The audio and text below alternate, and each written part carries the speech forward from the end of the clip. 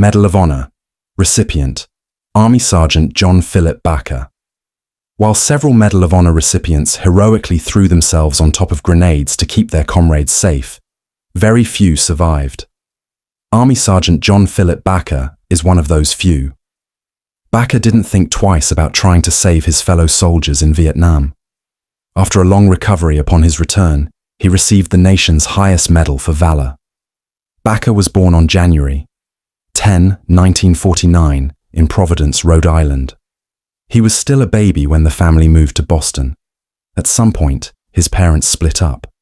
When his mother remarried when he was 10, she moved Baca and his two sisters, Kathy and Judy, to Stockton, California. By the mid-1960s, they moved to San Diego. Baca went to Kearney High School, which he graduated from in 1967. However, he said in a 2003 Library of Congress Veterans History Project interview that he was often truant and had some visits to juvenile hall, so when he was drafted into the Army in 1969, it was probably a good thing for him. "I didn't really understand what was going on," he said of his knowledge of the Vietnam War at the time. After basic training, Baca was shipped to Vietnam in mid-July 1969 and assigned to Company D of the 1st Battalion, 12th Cavalry, 1st Cavalry Division. He was part of a heavy weapons platoon, initially serving as a mortarman before joining a recoilless rifle team.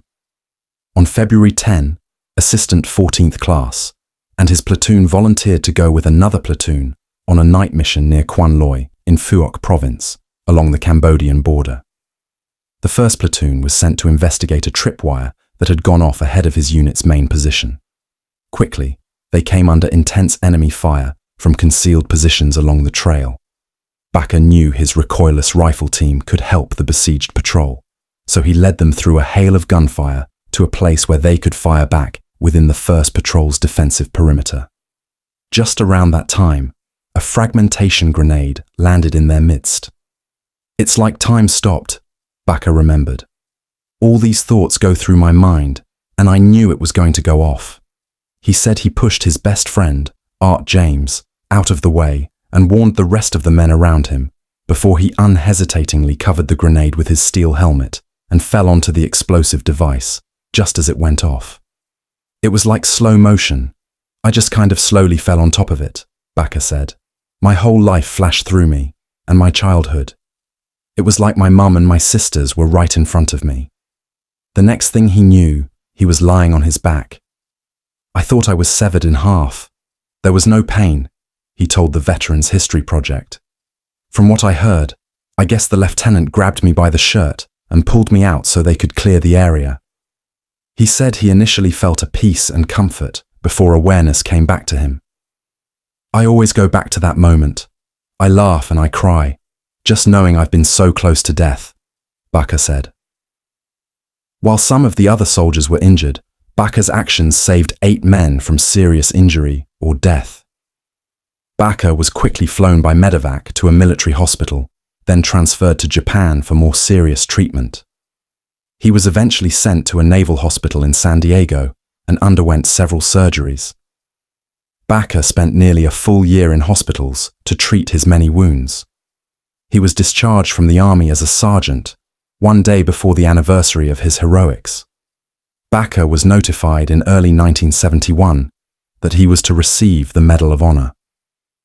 The nation's highest medal for valor was bestowed upon him on June 15, 1971, by President Richard M. Nixon during a White House ceremony. Several other soldiers also received the award that day. In 1973, shortly after his mother passed away unexpectedly, Baca took a job at the Los Angeles Department of Veterans Affairs as a benefits counselor. After a few years, he left the job to attend college at Southern California College in Costa Mesa, California. However, he didn't finish his education. He took a few jobs after that, including as a ski instructor, and he moved around a bit, from the East Coast to Washington State. Baca eventually settled back in San Diego and bought a fishing boat. He said in his Veterans History Project interview that he returned to Vietnam in 1990 with James, the friend he fought with, and a few other people. Over the course of 2 months, they helped build a friendship clinic. We worked alongside the North Vietnamese. I was 12 kilometers outside Hanoi. They just befriended us and loved us, Baca said of the visit. I saw the love that those people have and the crap that they've gone through. I'm glad I went back. Back in the US, Baca's heroics have been remembered in the places he's lived. Baca Park in Huntington Beach, California, was renamed for him in 2001. In 2017 in San Diego, another park near where he grew up, which ironically became a resettlement area for Vietnamese refugees after the Vietnam War, was renamed in his honor. Baca has spent the past few decades working with Gold Star families and various veteran and military-related causes. For his many good deeds, a non-profit he'd worked with gifted him a brand new truck in 2020, a 2017 LA Times article reported.